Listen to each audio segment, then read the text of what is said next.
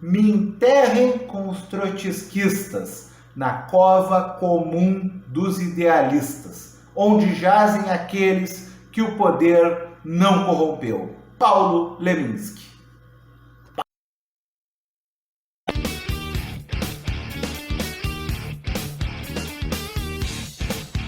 Olá a todas e todos, aqui quem fala é o Ricardo Souza. Este é o canal Agitação Socialista, canal de agitação e propaganda de ideias socialistas e marxistas. E este vídeo será a última etapa, do vídeo sobre a história das 4 internacionais.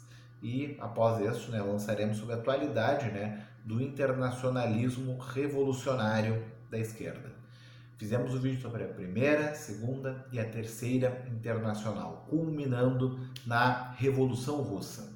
E esse vídeo nós vamos trabalhar sobre a quarta internacional, que é o momento em que ocorre a degeneração do processo revolucionário russo. Com certeza a maior experiência histórica da classe trabalhadora, mas teve seus problemas, houve suas rupturas, e se construiu como uma alternativa à quarta internacional, esta que, apesar das dificuldades, é ativa até hoje.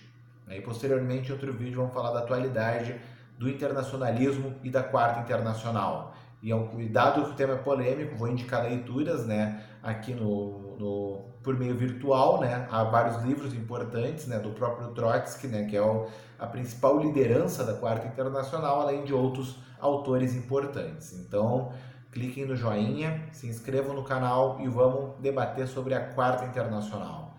Então, como terminamos o vídeo da terceira internacional, que é essencial para compreender o debate aqui, a Revolução Russa tem sua vitória, não apenas é derrotado o czar, derrotado o regime monárquico feudal, mas é derrotado também a burguesia capitalista. E nesse processo ocorre a tomada do poder pelos trabalhadores, em que a classe burguesa perde seus meios de produção, perde suas fábricas, suas empresas, suas terras, e a organização através dos soviets, dos operários, camponeses e soldados. E Lenin se torna a principal liderança nesse período, de grandes vitórias da classe trabalhadora, e a União Soviética torna-se um farol das revoluções pelo mundo. A burguesia, principalmente nos países centrais, temia o efeito exemplo da União Soviética. E mesmo países que ao longo do século XX não tiveram seus processos revolucionários concretizados, houve sim várias lutas operárias e concessões à classe trabalhadora nos países através do temor da Revolução Russa traz às elites do mundo. E qualquer menção ao bolchevismo, leninismo, trotskismo, que vem a tomar maior força contemporaneamente. E nesse processo, nem tudo foram flores, após a Revolução, houve uma guerra civil, por meio do Exército Branco, com remanescentes do czarismo, financiados tanto pelo imperialismo americano, pelos imperialismos europeus, alemães, franceses, ingleses, japoneses. Então foi um período, o início da década de 20 da União Soviética, além da construção do socialismo, sempre há uma tensão de forças opostas, o avanço e da continuidade da revolução ou da contra-revolução. Então foi um período de resistência, de enfrentamento. A revolução não termina com a tomada do poder pelos trabalhadores, mas na construção de uma sociedade socialista. E nesse processo, Lenin vem construindo esse período da guerra, ocorre pela tensão militar que se constrói, e a defesa da República Soviética, são destituídos temporariamente os soviets, e para haver um comando do militar do Exército Vermelho para enfrentar o Exército Branco. Este que à época é comandado por Trotsky, que vai vir a ser a principal liderança da Quarta Internacional. E já em 1924, Lenin vem a falecer em decorrência de complicações de saúde após ter sobrevivido a um atentado à bomba nesse período da Guerra Civil. E nesse momento, dentro do Partido Bolchevique e do Estado Soviético, ocorre uma disputa entre a liderança da Revolução Russa, entre a facção liderada por Stalin e a facção liderada por Trotsky. A gente fala os nomes das pessoas, mas são projetos políticos que extrapolam as pessoas, né? E isso também faz parte da polêmica, né? A disputa entre os sujeitos, mas na verdade são projetos políticos, né? O Trotsky, ele tenta, se propõe a ser fiel às ideias de Marx, Engels e Lenin, né? A ideia do internacionalismo revolucionário e a tese da revolução permanente, que parte do princípio que a revolução deve se estender pelo mundo. Elas iniciam nos países e a partir dos países elas ocupam a arena mundial, a disputa contra o modo de produção capitalista que é internacional por excelência. O mercado é mundial, a exploração de commodities nos países periféricos, as grandes fábricas e os grandes bancos dos países centrais. Então, a única forma de derrotar o modo de produção capitalista para Trotsky, segundo a tese da revolução permanente, é que ela deve ser internacional e que não é possível o socialismo em um só país, mesmo sendo ele a Rússia, que venha a ser uma potência pujante no século XX dentro do projeto socialista. Porém, Stalin, por outro lado, vai defender uma outra posição, do socialismo em um só país. Ou seja, ao invés do que defendia Marx, desde o Manifesto Comunista, desde a crítica do programa de Gotha, que o Estado burguês deve ser suplantado pelos comunistas, o que defendia Lenin em O Estado da Revolução, que ao o proletariado tomar o poder e construir um Estado de novo tipo, capaz de expropriar a burguesia, capaz de organizar a produção, as relações sociais de modo socialista, de modo a democratizar o poder e o dinheiro e a riqueza, e a partir desse processo, a nível nacional e internacional, transitar do socialismo para o comunismo.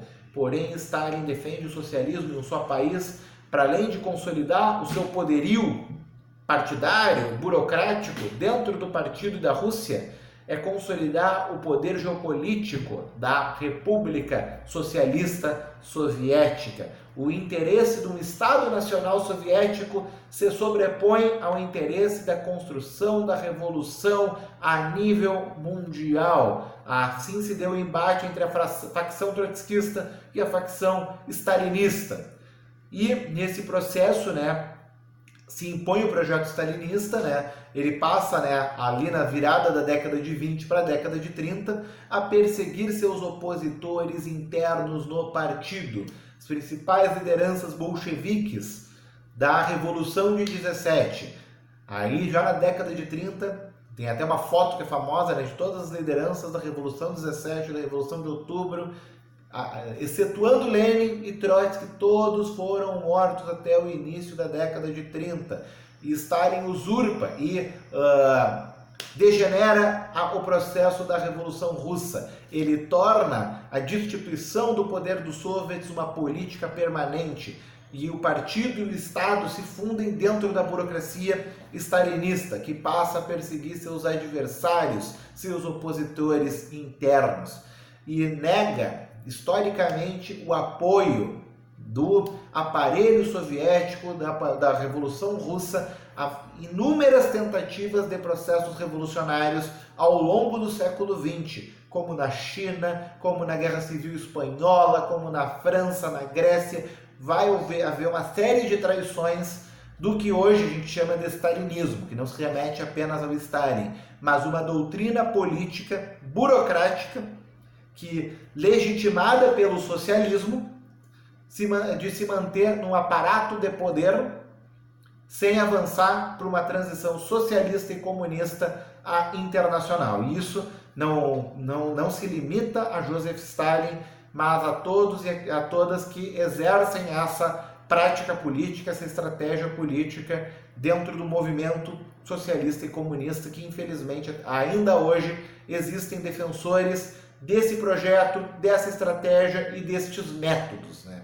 E diante desses métodos, né, Trotsky teve que se exilar junto com sua família, né, em vários países, né? Foi perseguido ao longo da década de 30, permaneceu na Terceira Internacional e dentro do partido enquanto uma oposição da esquerda, né, ao stalinismo, né, que vai degenerando o processo da Revolução Russa até 1934, né, em que ocorre, né, o que o Stalin orienta o chamado terceiro período, que é muito bem descrito, né, no livro Revolução e Contra-Revolução na Alemanha, em que o stalinismo orienta o Partido Comunista Alemão e todos os partidos do mundo que constroem o Comintern a não se aliar com a social-democracia, porque a social-democracia e o nazismo são iguais, são irmãos siameses nos termos aí da própria Comintern.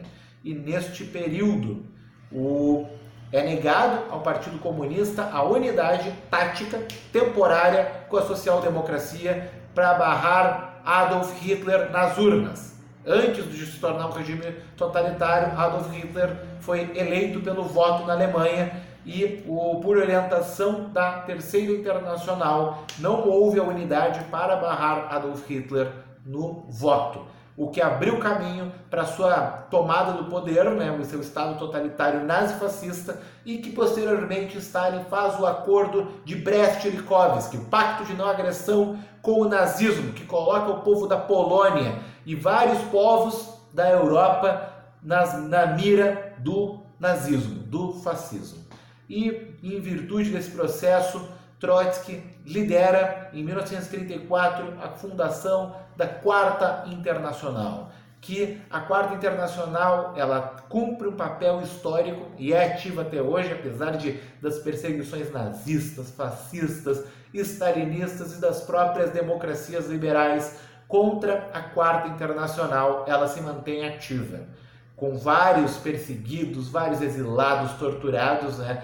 E o trotskismo, né, inclusive seus opositores, reconhecido sua moral, a sua justeza militante, ao longo de todo o século XX, enfrentou a Segunda Guerra Mundial, fascismo, as ditaduras aqui na América Latina. Os militantes trotskistas carregaram a tocha, né, do revezamento, da corrida, mantiveram a tocha do marxismo e do internacionalismo presentes até hoje. Esse é um mérito histórico do trotskismo.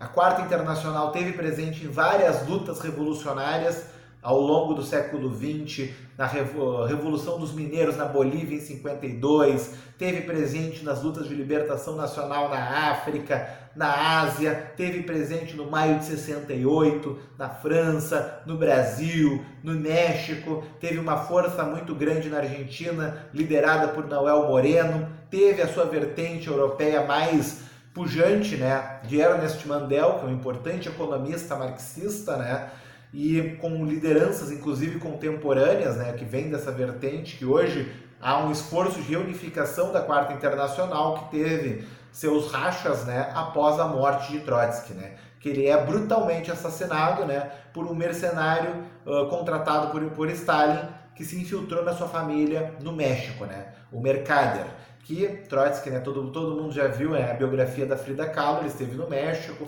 e boa parte, né, da articulação da Quarta Internacional veio lá de Coyacón, lá, o Leon Trotsky, né. E nesse período, após seu assassinato em 40, né, a Quarta Internacional se mantém em atividade, com rupturas, com rachas, com problemas, mas segue viva o seu legado até hoje, e a defesa do marxismo e do internacionalismo.